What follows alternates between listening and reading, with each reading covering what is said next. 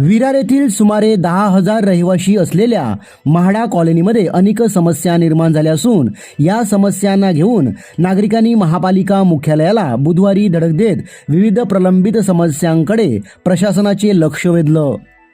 म्हाडा कॉलनीमध्ये सध्या पाणीपुरवठा योग्य पद्धतीने होत नसल्याने पिण्याच्या पाण्याची समस्या झाली असल्याचे आंदोलकांनी सांगितले। या भागात महानगरपालिकेमार्फत स्मशानभूमी उभारण्याचा प्रस्ताव आहे। स्मशानभूमी झाल्यास येथील आरोग्याचा प्रश्न निर्माण होऊ शकतो। तसेच वसाहतीतील खेळाच्या मैदानाच्या वापरासंदर्भातील प्रश्न नागरिकांनी उपस्थित केला। या सर्व विषयांवर आंदोलकांच्या शिष्टमंडळाची महापौर अजू पाटील तसेच महानगरपालिकेच्या वरिष्ठ अधिकाऱ्यांसोबत सविस्तर चर्चा झाली। चर्चा सकारात्मक वातावरणात पार पडली असून नागरिकांच्या मागण्यांवर नियोजनबद्ध पद्धतीने मार्ग काढून त्यांची पूर्तता केली जाईल असे आश्वासन प्रशासनाकडून देण्यात आल्याची माहिती यावेळी देण्यात आली। हा जो आमचा मोर्चा होता तो आमच्या विविध समस्या होत्या। पाणी प्रश्न, महानगरपालिकेने नियोजित स्मशानभूमीचा प्लॅन केला होता। आमच्याकडे खेळाचं मैदान नाही, 9,500 घरांचं वस्ती आहे, तिथे खेळाचं मैदान आहे पण ते महानगरपालिकेच्या ताब्यात असल्याने त्यामध्ये आमच्या मुलांना खेळता येत नव्हतं। अशा विविध समस्यासाठी आम्ही आज तिकडे मोर्चा काढला होता। या मोर्चामध्ये आज महापौर साहेबांच्या सोबत मीटिंग झाली।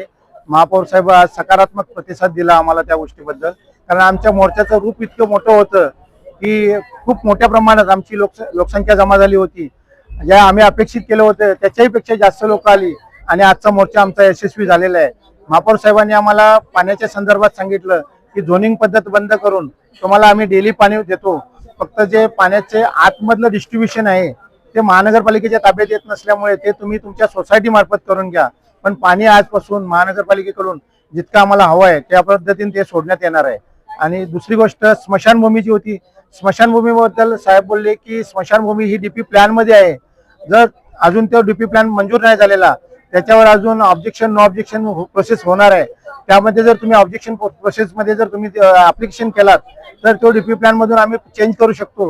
पर्यायी जागा तुम्ही सांगा। तर आम्ही त्यांना सांगितलेले आहे की आमचा जो टोटल म्हाडाचा जो प्रोजेक्ट आहे त्याच्यातील 30% जागा म्हाडाने महानगरपालिकेला हँडओव्हर केलेली आहे। त्यामध्ये आमच्याकडे एक याचा पाण्याचा पॉन्डचा एक प्रकल्प आहे, त्या प्रकल्पाजवळ ती स्मशानभूमी शिफ्ट करावी अशी आम्ही त्यांना मागणी केली। तर साहेबांनी सांगितले की जर तिथं शक्य होत असेल तर तेही मी मंजूर करून ती स्मशानभूमी मी शिफ्ट करायचा प्रयत्न करतो म्हणून सांगितलेलं आहे। खेळाच्या मैदानाबाबत ज्यावेळी आम्ही साहेबांना विचारलं त्यावेळी साहेबांनी सांगितलं की खेळाचं मैदान हे अल्टरनेट डे साठी कसं उपलब्ध करता येईल किंवा त्यातील कुठला भाग तुम्हाला देता येतोय का, या तांत्रिक गोष्टी तपासून त्यांनी त्यांच्या अधिकाऱ्यांना तसा आदेश दिलेले आहे की तुम्ही काही गोष्टी चेक करा आणि त्यांना देता येत असेल तर त्यातला थोडा भाग देता येईल किंवा जो अल्टरनेट डे उपलब्ध करून देता येत असेल तर त्या पद्धतीने द्या। दुसरी गोष्ट आम्ही बससाठी मागणी केली होती। आमच्याकडे बस लोकांच्या प्रवासासाठी रिक्षाने जावं लागतं, त्याचे दर पण जास्त आहेत। तर त्यासाठी त्यांनी सांगितलं की आता नवीन बस येणार आहेत एसी बस, त्या बस आल्यानंतर आम्ही तुमच्याकडे बसची मागणी वाढलेली आहे त्याप्रमाणे बस पण देऊ तुम्हाला आणि तो पण तुमचा प्रश्न मार्गी लावू असं त्यांनी सांगितलेलं आहे। आज महापौर साहेबांनी खरोखरच सकारात्मक भूमिका देऊन आम्हाला बऱ्यापैकी म्हणजे प्रतिसाद दिला की तुमच्या मागण्या आहेत आणि जो तुम्हाला अम्युनिटीज आहेत, ज्या नागरिक म्हणून तुम्हाला अम्युनिटी द्याव्या लागतात त्या आम्ही महानगरपालिकेकडून देण्याचा प्रयत्न करतो म्हणून सांगितले।